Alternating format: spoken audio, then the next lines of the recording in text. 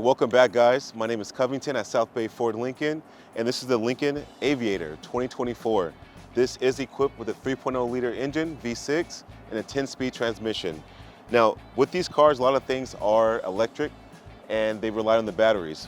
However, if you ever run into an issue to where your battery does die, there is a quirk on how to unlock your vehicle. You slide the key out of here, and there's a button here. It's just pushed through, and you turn up, and that will unlock your car. And once you take the key out, the flap will go back down. No one ever knows. Slide your key back in here, and you can get into your vehicle. All right, so another great feature that this car has, it is a nice safety tip. You can pull the handle here, and this will unlock the car door.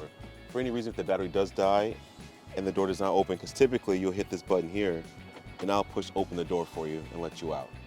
But all else fails, if you do have a battery malfunction, or if you got into a bad car accident for whatever reason, you can clearly just pull this hatch here and it'll let you out. Thank you guys again for tuning in. This is the Lincoln Aviator 2024. If you guys are ready for a test drive, please come down to South Bay Ford Lincoln. My phone number is 213-803-6725. I look forward to seeing you here.